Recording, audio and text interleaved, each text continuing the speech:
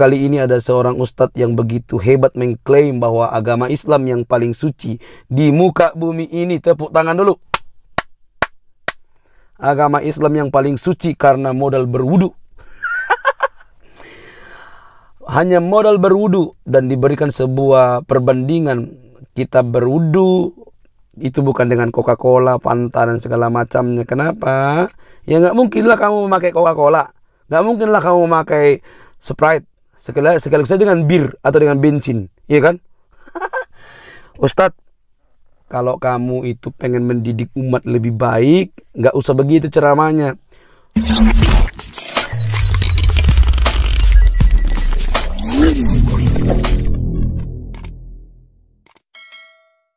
Shalom rekan-rekan yang dikasih oleh Tuhan, berjumpa kembali dengan saya di channel ini. Terima kasih telah mendukung perkembangan channel ini dengan cara subscribe, memberikan like, sehingga video di channel ini direkomendasikan oleh YouTube untuk menjangkau banyak orang. Tentu juga teman-teman boleh memberikan komentar yang cerdas, sopan, yang menghormati orang lain. Dan terus saya minta kepada teman-teman untuk mendukung saya di dalam pengembangan channel ini dan pemberitaan firman Tuhan dengan cara men-share video dari channel ini ke berbagai media teman-teman, sehingga ada banyak orang yang mengetahui informasi dan kebenaran yang diberitakan melalui channel ini, dan nama Tuhan dipermuliakan. Kiranya kita terus diberi wawasan yang bagus, keimanan yang terus dikuatkan, dan Allah Roh Kudus memberikan kita kekuatan dalam melayani Dia. Saudaraku yang dikasih oleh Tuhan, kali ini ada seorang ustadz yang begitu hebat mengklaim bahwa agama Islam yang paling suci di muka bumi ini. Tepuk tangan dulu. Agama Islam yang paling suci karena modal berwudu. Hanya modal berwudu dan diberikan sebuah perbandingan. Kita berwudu itu bukan dengan Coca-Cola, Fanta dan segala macamnya. Kenapa? Ya nggak mungkinlah kamu memakai Coca-Cola. Nggak mungkinlah kamu memakai Sprite. Sekaligus dengan bir atau dengan bensin, iya kan? Ustadz, kalau kamu itu pengen mendidik umat lebih baik, nggak usah begitu ceramahnya. Kesucian seseorang tidak diukur dengan apa yang tampil dari luar. Percuma seseorang memakai kopiah yang sangat bagus, memakai jubah, baju-baju koko, ternyata hatinya sangat buruk. Sekarang ini tidak bisa dipungkiri bahwa ada banyak kasus yang terjadi, dan saya tidak mungkin menahan-nahan ini, Pak Ustadz, bahwa justru ada banyak di pesantren yang katanya tertutup semua dengan pakaian-pakaian syar'i, di tempat-tempat yang notabene menerapkan hukum Islam secara syar'i, secara ketat, justru ada banyak penyelewengan dan pelecehan, Pak Ustadz.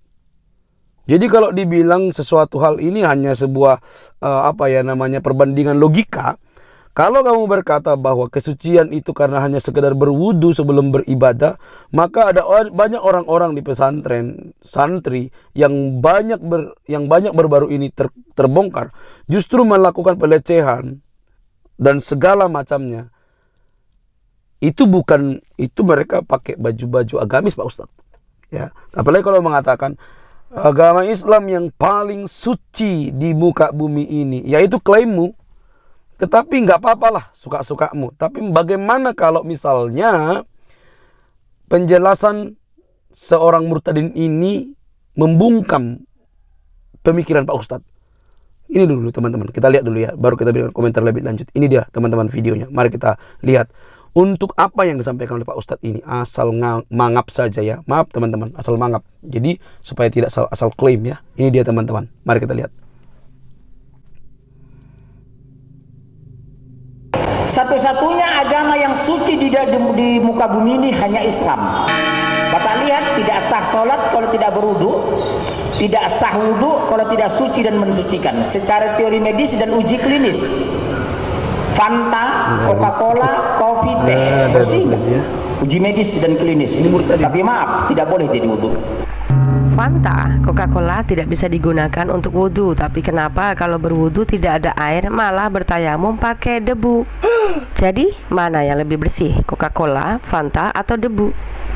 Lagi pula yang namanya manusia sehat jasmani dan rohani akan bisa membedakan itu air minuman apa comberan, Tat. Jangankan buat wudhu, mandi sama cebok pun kafir pakai air loh Tat. Tapi kalau ceboknya pakai batu, wah nggak tahu deh itu bersih and suci apa kagak. Dalam kitab Safinatun Najah, Syekh Salim bin Sumair Al-Hadrami menyebutkan 8 syarat ketika hendak beristinjak hanya dengan batu saja tanpa menggunakan air. Dalam kitab tersebut beliau menyatakan, silakan baca Arabnya ya, biar nggak gagal paham. Pak Ustadz mengatakan bahwa agama yang paling suci hanyalah Islam. Oke, tapi yang mau saya tanyakan, suci di sini konteksnya dalam jasmani atau rohani ya? Pak Ustadz pasti akan jawab suci jasmani dan rohani dong Fatimah. Baik, mari kita uji dulu ya. Hal berwudu. Hadis riwayat Abu Dawud 61. Rasulullah SAW ketika dikatakan kepada beliau bahwasanya engkau telah diberi air dari sumur Badla'ah, yaitu sumur tempat pembuangan bangkai anjing bekas kotoran haid dan kotoran manusia, maka beliau SAW bersabda, sesungguhnya air itu suci, tidak ada sesuatu pun yang dapat menajiskannya. Selanjutnya Bukhari 2706 mengenai tentang wudu. Aku melihat Nabi SAW memakan daging paha dengan kambing yang langsung dipotong darinya, kemudian dikumandangkan seruan sholat, maka beliau sholat tanpa berwudu lagi. Tuh gimana dong Tat? Nah sekarang mengenai soal sunat. Jika dengan sunat Islam merasa suci, maka orang Yahudi juga masih mengikuti tradisi Abraham dari keturunan Ishak yang wajib sunat berusia 8 hari. Belajar pengalaman dari Rasul Paulus nih. Sekalipun aku juga ada alasan untuk menaruh percaya pada hal-hal lahiriah, jika ada orang lain menyangka dapat menaruh percaya pada hal-hal lahiriah, aku lebih lagi. Disunat pada hari ke-8 dari bangsa Israel dari suku Benyamin, orang Ibrani asli, tentang pendirian terhadap hukum Taurat. Aku orang Farisi. Katanya Islam mengikuti milah Ibrahim tuh. Dari segi aturan sunatnya Abraham diwajibkan berusia 8 hari loh. Terus bagaimana dengan Islam? Dan perlu muslim tahu ya bahwa sunat dimulai sejak kelahiran Ishak. Ibrahim sunat menggunakan kapak. Hadis riwayat Sahih Bukhari 5824. Rasulullah SAW bersabda, Nabi Ibrahim berkhitan setelah berusia 80 tahun dan beliau berkhitan dengan menggunakan kampak. Nah loh. Nah sekarang pertanyaannya, di mana periwayatan tentang sunatnya Nabi dan di usia berapa dia disunat? 3. Mengenai daging haram. Dalam Imamat 11 menyebutkan bahwa hukum yang berlaku di bangsa Yahudi atau disebutnya hukum seremonial adalah kelinci, udang, belut, babi, dan unta tidak bisa dimakan. Pertanyaannya, kenapa Islam justru menghalalkan semuanya kecuali babi? Nah ternyata soal kebersihan jasmani Yahudi dan orang-orang Farisi lebih dari itu semua kan. Lalu apa yang kalian sombongkan mengenai kesucian jasmani? Tetapi Yesus justru mengecam itu semua. Matius 23 ayat 27. Celakalah kamu hai ahli-ahli Taurat dan orang-orang Farisi, hai kamu orang-orang munafik, sebab kamu sama seperti kuburan yang dilabur putih, yang sebelahnya luarnya memang bersih tampaknya, tetapi yang sebelah dalamnya penuh tulang belulang dan berbagai jenis kotoran. Matius 23 ayat 28. Demikian jugalah kamu, di sebelah luar kamu tampaknya benar di mata orang, tetapi di sebelah dalam kamu penuh kemunafikan dan kedurjanaan. Tuh, makanya jangan membiasakan diri menjadi makhluk yang hobi meninggikan diri ya, karena setiap ajaran akan mengklaim diri yang terbaik bagi yang meyakininya. Tetapi dari buahnya lah kita akan mengetahuinya itu ajaran benar atau tidak. Jangan terlalu berkoar-koar. Jadi, di mana letak kelebihanmu dalam pandangan Tuhan? Atau bicara tentang ketuhanan yang esa, itu sudah jelas ada dalam Alkitab terlebih dahulu sebelum ada Islam. Bahkan pengakuannya lebih detail di dalam Alkitab mengenai tentang ketuhanan yang Maha Esa. Makanya jangan suka meninggikan diri terus ya. Lukas 14 ayat 11. Sebab barang siapa meninggikan diri, ia akan direndahkan, dan barang siapa merendahkan diri, ia akan ditinggikan. Satu-satunya agama di muka bumi ini yang jelas target, visi dan misinya, satu kiblatnya Islam. Lihat, hampir 2 juta orang berkumpul berangkat haji ke Mekah dengan satu bahasa, dengan satu target, satu misi, satu warna baju. Lihat baju ihram, mulai dari gembel sampai presiden, mulai gubernur sampai pelacur, mulai tukang cukur sampai kondektur, dengan bahasa yang sama, Allahu Akbar walillahil hamd, subhanallah. Nah hal inilah yang tidak diketahui umat muslim sedunia. Dalam kitab Musa, Kejadian 11 ayat 1 dan 9. Adapun seluruh bumi satu bahasanya dan satu logatnya. Itulah sebabnya sampai sekarang nama kota itu disebut Babel. Karena disitulah dikacau balaukan Tuhan bahasa seluruh bumi, dan dari situlah mereka diserahkan Tuhan ke seluruh bumi. Artinya Tuhannya Abraham, Ishak dan Yakub ini menghendaki suatu keberagaman. Belajar dari pelangi. Jadi terbentuklah warna yang indah karena penuh warna dan warni, dan tidak sewarna, begitu ya Pak Ustadz ya. Karena dengan keberagaman akan membentuk satu kesatuan yang indah. Nah, itu sebabnya Tuhan menciptakan manusia dengan warna kulit yang berbeda-beda, suku dan tradisi yang berbeda-beda pula, bahkan dengan bahasa pun dibuat beda. Coba direnungkan, kenapa? Ada banyak, entah berapa banyak macam bahasa di dunia, sekalipun demikian tidak ada satupun di antaranya yang mempunyai bunyi yang tidak berarti. Tapi kalau ada sesembahan yang maunya satu warna saja dan satu bahasa saja, itu perlu dipertanyakan ya. Kok beda banget ya dengan Tuhannya Musa? Kolose 2 ayat 23. Peraturan-peraturan ini walaupun nampaknya penuh hikmat dengan ibadah buatan sendiri seperti merendahkan diri, menyiksa diri, tidak ada gunanya selain untuk memuaskan hidup duniawi. Nah, makanya ketika Anda berceramah begitu, justru ada timbul saya untuk mempertanyakan dasar iman Anda ini, Pak Ustadz.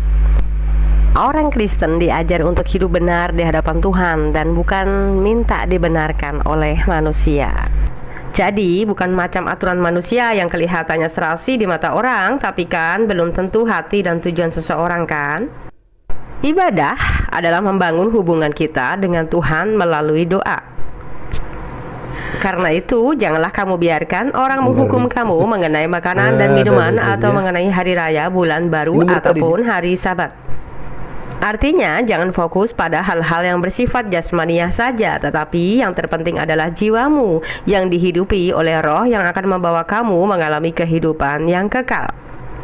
Janganlah kamu biarkan kemenanganmu digagalkan oleh orang yang pura-pura merendahkan diri dan beribadah kepada malaikat, serta berkanjang pada penglihatan-penglihatan, dan tanpa alasan mereka membesar-besarkan diri oleh pikirannya yang duniawi. Sedang ia tidak berpegang teguh kepada kepala, dari mana seluruh tubuh yang ditunjang dan diikat menjadi satu oleh urat-urat dan sendi-sendi menerima pertumbuhan ilahinya. Peraturan-peraturan ini walaupun nampaknya penuh hikmat dengan ibadah buatan sendiri seperti merendahkan diri, menyiksa diri, tidak ada gunanya selain untuk memuaskan hidup duniawi.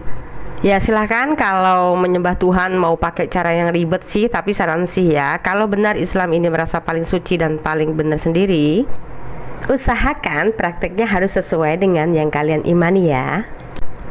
Bahwa Islam harus lebih baik dari segala hal dibandingkan non-muslim atau ateis sekalipun.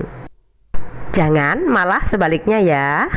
By the way, boleh tahu dong kadar kesucian yang Islam tawarkan itu seperti apa ya?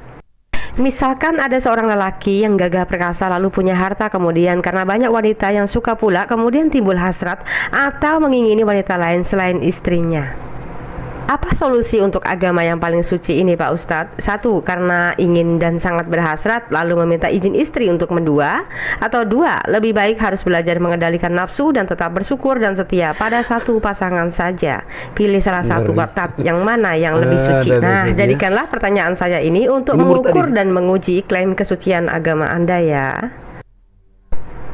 Pertanyaannya, apakah orang Kristen boleh bebas berzina lantaran dosanya ditebus? Jawabannya, kalau ada perintah Yesus untuk berzina sih boleh-boleh saja. Masalahnya jangankan beneran dihalalkan tuh cewek. Ketika kita sudah mengingini atau berhasrat saja sudah disebut berzina, apalagi sampai dihalalin, hehehe. Nah, yang jadi masalah nih Tat, kenapa ada hadis yang mengatakan orang zina tidak dianggap berzina? Yang penting Islam itu gimana ya Tat? Dalam Sahih Bukhari 2983, Jibril berkata kepadaku, siapa yang meninggal dunia dari umatmu dengan tidak menyekutukan Allah dengan sesuatu apapun, maka dia pasti masuk surga atau tidak akan pernah masuk neraka. Beliau bertanya, sekalipun dia berzina dan atau mencuri? Jibril alaihissalam menjawab, ya, sekalipun berbuat dosa itu. Jika benar, artinya setiap dosa yang dilakukan Islam akan dimaklumin Allah gitu ya Tat. Nah, apakah agama yang paling suci memiliki doktrin seperti hadis tadi? Atau mungkin akan diubah kalimatnya dengan mengatakan yang penting bertobat Fatimah, jadi semua dosa diampuni kecuali dosa syirik. Nah, jika begitu jangan kebiasaan dong memfitnah Kristen bebas buat dosa, kan situ nggak ngerti isi Alkitab. Apalagi dengan sombong mengatakan agama Islam paling suci. Aduh. Selanjutnya soal isi surga Islam nih. Islam paling suci. Pertanyaan saya adalah, di dunia laki-laki bisa sekaligus memiliki 4 wanita dalam satu atap. Dan di surga pun laki-laki dapat 72 bidadari ketika berada di surga. Terus istri di dunia ngapain kalau sudah dapat perawan di surga? Begitu loh, Tat. Maaf ya, jangan tersinggung ya. Kan kata Ustadz juga bilangnya begitu. Coba kita dengarkan. Kata Allah Subhanahu wa taala, sungguhnya penghuni surga pada hari tersebut, yaitu tatkala mereka di surga, fi syughulin fakihun, mereka sedang sibuk bersenang-senang. Sibuk dengan siapa? Dengan istri-istri mereka. Hum wa azwajuhum fi dhilalin 'alal araiki muttaqi'un. Dengan istri-istri mereka di atas tempat tidur mereka bertelekan. Sepakat ahlu tafsir dari kalangan para sahabat dan juga dari kalangan tabi'in, mereka menyatakan bahwasanya kesibukan penduduk surga tatkala itu iftidadul abkar, yaitu memecahkan keperawanan para bidadari. Ternyata ini kesibukan mereka. Mohon maaf, ini pembicaraan 17 tahun ke atas. Mau dilanjutkan atau diberhentikan? Saya nggak enak sama ibu-ibu. Kenapa mereka sibuk? Bagaimana mereka tidak sibuk? Sementara bidadari yang Allah siapkan bagi mereka sangat luar biasa, indah, cantik dan moleknya. Allah jelaskan dengan detail sifat-sifat mereka. Rasulullah SAW jelaskan dengan detail sifat-sifat mereka. Agar kita tidak terpedaya dengan wanita-wanita di dunia, tidak terpedaya dengan para artis-artis kafir, para ahli fujar, para tukang maksiat yang mungkin di mata kita indah. Mereka tidak ada apa-apanya dibandingkan dengan bidadari surga. Allah Subhanahu wa taala berfirman, "Inna ansha'nahunna insya'a faj'alnahunna abkaran uruban atraba li ashabil yamin." Sungguhnya kami telah menciptakan bidadari tersebut langsung ada, langsung dewasa, tidak melalui tahapan, tidak kecil merangkak dulu, ingusan dulu, upilan dulu, tidak, langsung dewasa, langsung berumur 33 tahun, langsung seger siap melayani. Wa ja'alnahunna abkaran, dan kami jadikan mereka perawan. Jadi sifat perawannya bidadari itu adalah sifat yang senantiasa terlengket pada bidadari, tidak mungkin hilang. Dipecahin muncul lagi, dipecahin muncul lagi. Bagaimana tidak sibuk? Allah.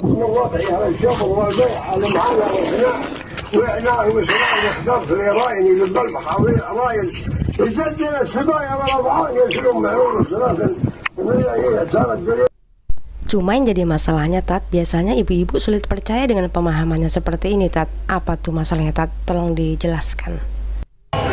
Kita bangga menghafal Al-Quran tapi tidak memahami Al-Quran.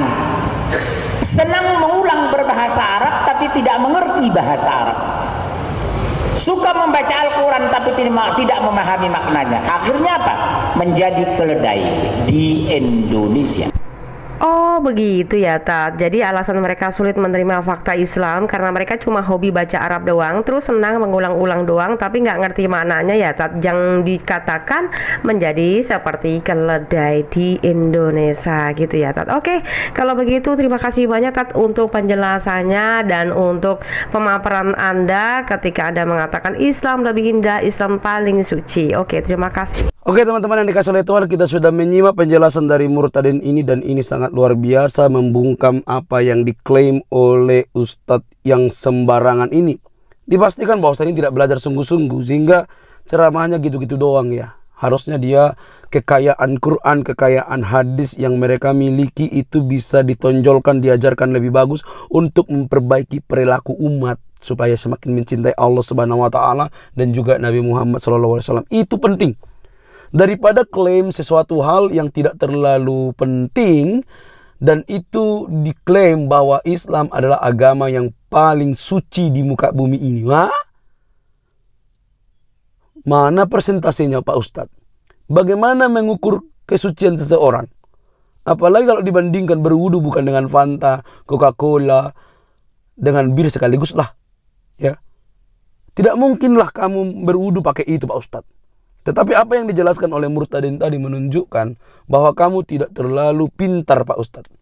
Bahkan mungkin di bawah rata-rata. Karena kalau kamu pintar, kamu tidak akan sibuk mengurusi itu dan berikan klaim yang tidak berbobot di hadapan orang-orang muslim yang mendengar ceramahmu.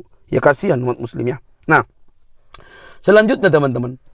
Kalau modalnya karena berwudu itu menunjukkan kesucian seseorang, saya barusan teman-teman cuci muka nih udah makin putih. Pakai pencuci muka lebih bersih malah. Ayo gimana? Saya pakai pencuci muka lalu saya cuci lagi bersih gitu. Itu tampilan luar. Tapi siapa yang mengetahui hati saya?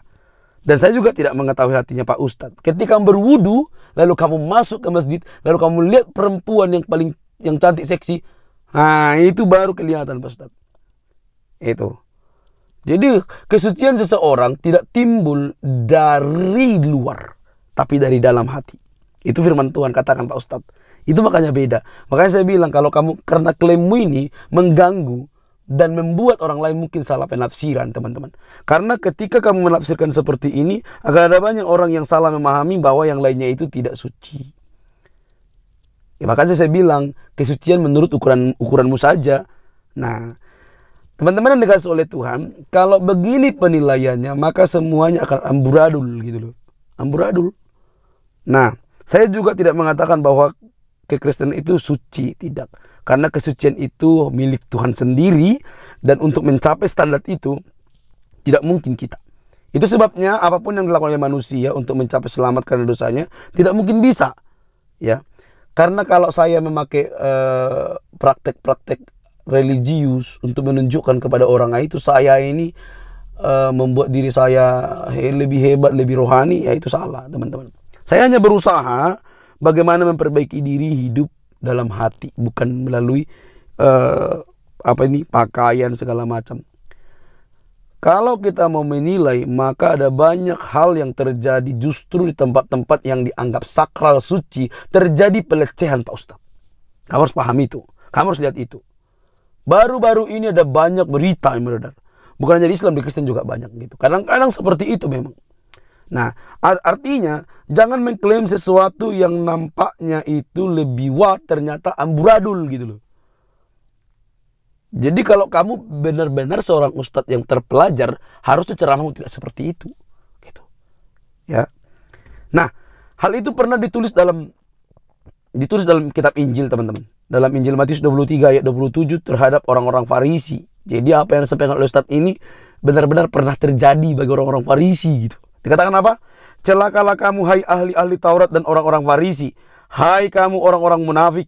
Sebab kamu sama seperti kuburan yang dilabur putih. Yang sebelah luarnya memang bersih tampaknya. Tetapi yang sebelah dalamnya penuh tulang belulang dan berbagai jenis kotoran. Demikian juga kamu.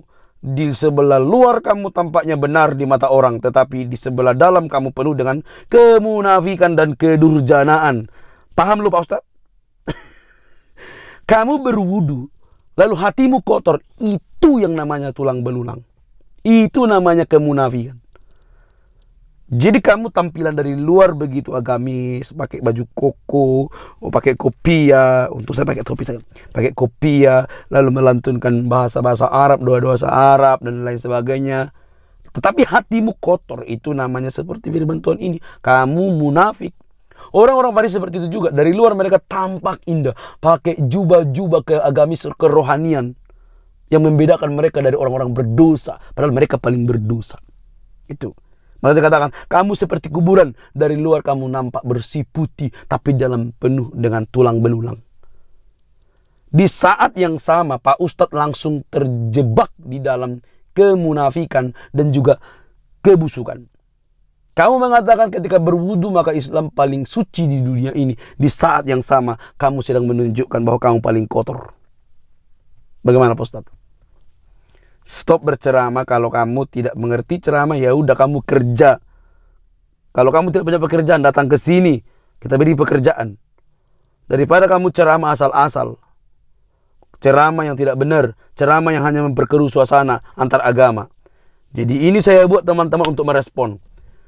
supaya kita saling menghormati satu dengan lain. Kalau kamu memang menilai seperti itu, jangan kamu tampilkan di dunia ini, akan ada banyak agama di dunia ini, ya.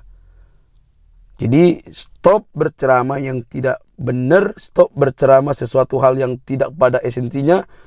Saya percaya bahwa di Quran banyak nilai-nilai norma yang bagus yang perlu ditonjolkan, dan saya sudah banyak mendengar itu juga dari para ustadz yang lain yang pintar lah, nggak seperti ini. Itu sebabnya saya selalu mengimbau kepada umat muslim supaya lebih berhati-hati untuk mendengarkan ceramah ustadz. Jangan mendengar yang seperti ini. Kalian hanya mendengarkan sesuatu hal yang tidak penting untuk kalian dengar, ya. Sampai ketemu di video selanjutnya. Mohon maaf jika salah pengucapan. Jangan lupa tekan tombol subscribe-nya, like, komen, dan share untuk mendukung saya selalu. Sampai ketemu di video selanjutnya. Semoga kita diberi wawasan yang luas, semakin teguh dalam keyakinan. Kristus penguasa saya memberkati kamu. Bye-bye.